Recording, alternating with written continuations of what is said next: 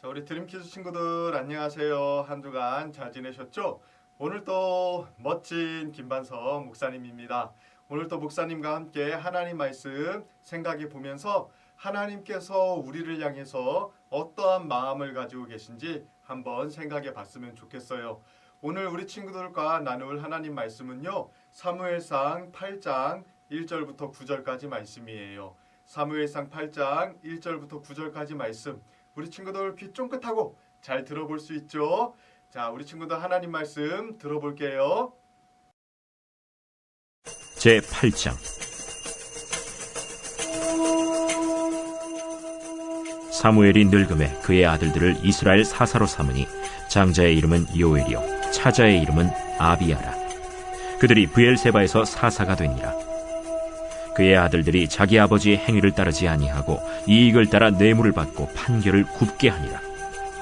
이스라엘 모든 장로가 모여 라마에 있는 사무엘에게 나아가서 그에게 이르되, 보소서, 당신은 늙고 당신의 아들들은 당신의 행위를 따르지 아니하니 모든 나라와 같이 우리에게 왕을 세워 우리를 다스리게 하소서. 우리에게 왕을 주어 우리를 다스리게 하라 했을 때 사무엘이 그것을 기뻐하지 아니하여 여호와께 기도하매 여호와께서 사무엘에게 이르시되, 백성이 내게 한 말을 다 들으라. 이는 그들이 너를 버림이 아니요 나를 버려 자기들의 왕이 되지 못하게 함이니라. 내가 그들을 애굽에서 인도하여 낸 날부터 오늘까지 그들이 모든 행사로 나를 버리고 다른 신들을 섬김같이 내게도 그리하는도다. 그러므로 그들의 말을 듣되 너는 그들에게 엄히 경고하고 그들을 다스릴 왕의 제도를 가르치라. 자, 우리 친구들 지난주에 우리 사무엘에 대한 이야기 했었어요.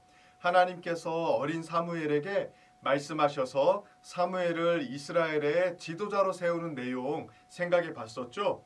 하나님께서는 사무엘을 통해서 계속해서 말씀하심으로 사무엘은 하나님의 말씀을 전하는 하나님의 사람이 되었어요. 그리고 이스라엘 곳곳을 돌아다니면서 하나님의 뜻을 전하기 시작했죠. 이렇게 사무엘이 하나님의 사람이 되어서 하나님의 말씀을 전하기 시작했을 때 이스라엘에 전쟁이 일어났어요. 블레셋이라는 나라와 전쟁이 일어난 거예요. 블레셋은요, 굉장히 싸움을 잘하는 민족이었어요. 무기도 좋은 무기를 가지고 있었답니다. 그러니 블레셋과의 싸움은 이스라엘 백성들에게 늘 두려움을 가져다 주는 것이었어요. 블레셋이 이스라엘 백성들을 쳐들어와서 첫 번째 전투를 했을 때 이스라엘 백성들은 처절하게 지고 말았어요. 그때 그 전쟁에서 4,000명이나 되는 사람들이 죽고 말았답니다. 그래서 이스라엘 백성들의 지도자들은 특단의 조치를 취했어요. 우리 어떻게 하면 좋지? 우리가 어떻게 하면 이길 수 있을까?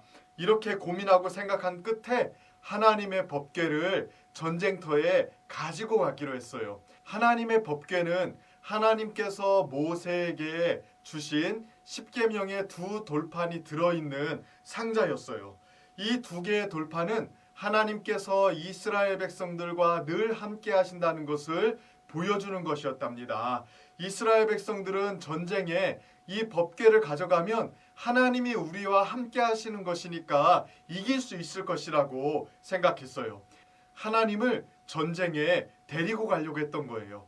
그런데 결과는 어떻게 되었을까요? 두 번째 싸웠을 때 이스라엘 백성들 이번에도 역시 지고 말았어요. 그리고 심지어는 10계명의 두 돌판이 들어있는 법궤까지도 블레셋 사람들에게 빼앗기고 말았어요. 이스라엘 백성들은 자신들이 왜 전쟁에서 졌는지 전혀 알지 못했던 거예요. 이스라엘 백성들에게 법궤가 없어서 진 게 아니었거든요. 진짜 문제는 이스라엘 백성들이 하나님을 잘 섬기지 않고 하나님을 제대로 예배하지 않았기 때문에 하나님께서 이스라엘 백성들이 전쟁을 할 때 함께 가지를 않으셨던 거예요. 그런데 이스라엘 백성들은 자신들의 잘못을 깨닫지 못하고 그냥 법궤만 가지고 가면 10계명의 두 돌판이든 그 상자만 가지고 가면 하나님이 우리와 함께 하시는 거니까 이길 수 있겠지라고 생각했던 거예요. 실제로 하나님을 제대로 예배하지도 않고 하나님을 정말로 사랑하지도 않았는데 말이죠. 사무엘은 이렇게 전쟁에 지고 낙심에 빠져있는 이스라엘 백성들을 미스바라는 곳으로 모았답니다. 이스라엘 백성들이 거기 모였을 때 사무엘은 이스라엘 백성들이 하나님께 무엇을 잘못했는지 정확하게 알려주었어요. 여러분들은 마음을 다해서 하나님을 사랑하지 않았습니다. 여러분들은 이제 하나님께로 돌아와야 됩니다. 하나님께로 돌아오기 위해서는 여러분들이 그동안 섬기던 우상들을 버려야 됩니다. 그렇게 여러분들이 하나님만을 사랑하고 하나님을 섬길 때 하나님은 여러분들과 함께 하실 것이고 여러분들을 돕기 시작하실 것입니다. 이렇게 사무엘은 이스라엘 사람들에게 알려주었답니다. 사람들은 사무엘의 말을 듣고 눈물을 흘리며 회개하기 시작했어요. 그리고 그동안 그들이 섬겼던 바알 신이라던가 아스다로 신들을 버리기 시작했어요. 그리고 진짜로 이제부터 하나님만을 예배하고 하나님만을 섬기기로 다짐했답니다. 이렇게 이스라엘 백성들이 미스바라는 곳에 모여서 함께 눈물을 흘리며 회개하고 있을 때 그 소식을 블레셋 사람들이 들었어요. 블레셋 사람들은 이스라엘 백성들이 한 곳에 이렇게 모여 있으니까 이스라엘 백성들을 없애기 위한 좋은 기회가 왔다고 생각했어요. 그래서 무기를 들고 이스라엘 백성들을 죽이기 위해서 오기 시작했어요. 그 소식을 들은 이스라엘 백성들은 또 겁에 질렸어요. 우리 어떻게 하지? 2번이나 졌는데 이번에 또 이길 수 있을까? 그러나 사무엘은 이스라엘 백성들을 안심시키면서 하나님께 제사를 드리며 기도하기 시작했어요. 그리고 사무엘이 하나님께 제사를 드릴 때에 하나님께서는 가까이 다가오고 있는 블레셋 사람들을 향해서 천둥과 번개가 치게 하셨어요. 천둥과 번개가 막 몰아치자 블레셋 사람들은 어지러워했고 그때 이스라엘 백성들은 블레셋 사람들을 무찔러 수 있었답니다. 이렇게 하나님의 도우심으로 이스라엘 백성들은 블레셋에 승리할 수 있었어요. 하나님은 이 전쟁을 통해서 여전히 하나님께서 이스라엘 백성들을 돌보신다는 것을 보여주셨고 이스라엘 백성들을 위해서 싸우시는 분은 여전히 하나님이시라는 사실을 나타내 보여주셨습니다. 그런데요, 이스라엘 백성들은 여전히 하나님을 믿지 못했어요. 하나님은 이스라엘 백성의 왕이 되셔서 이스라엘을 위해서 싸워주시고 이스라엘 백성들을 보호해 주시고 돌봐주셨는데도 사람들은 그렇게 생각하지 않았던 거예요. 그래서 사무엘이 나이가 들어서 늙게 되었을 때 사람들은 사무엘에게 이렇게 이야기했어요. 사무엘이시여, 우리에게도 왕을 세워주십시오. 이스라엘 사람들은 다른 나라에 비해서 자신들이 약한 이유가 왕이 없기 때문이라고 생각했어요. 옆에 싸움 잘하는 나라들을 보니까 왕들이 있어서 전쟁을 할 때 왕이 앞서 나가서 싸워주고 또 왕이 아주 멋진 모습으로 사람들을 다스리는 것을 봤을 때 우리에게 왕이 없어서 우리가 이렇게 약하구나라고 생각을 했던 거예요. 그래서 사무엘에게 가서 사무엘이시여, 우리에게도 왕을 세워주십시오라고 이야기했던 거예요. 실제로요, 이스라엘 백성들은 모세 시대부터 지금까지 왕이 없었어요. 왜 이스라엘 백성들에게는 왕이 없었을까요? 이유는 딱 하나예요. 하나님께서 왕이셨기 때문에 그래요. 전쟁을 할 때 하나님께서 앞장서셔서 이스라엘 백성들을 위해서 싸워주셨잖아요.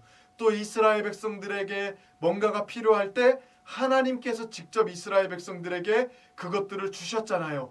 또 이스라엘 백성들을 하나님이 언제나 돌봐주셨고 보살펴 주셨잖아요. 그래서 이스라엘은요, 사람이 아니라 하나님만이 왕이 되셨던 거예요. 이스라엘 백성들은 다른 것이 아니라 하나님만을 잘 섬기고 하나님께 잘 예배하고 또 하나님 말씀에 잘 순종하기만 하면 됐던 거예요. 그러면 하나님께서는 이스라엘 백성들의 왕이 되셔서 이스라엘 백성들을 위해서 싸워주시고 이스라엘을 돌보아 주셨던 것이죠. 그런데 이스라엘 백성들은 하나님이 왕이 되신 것을 깨닫지 못했어요.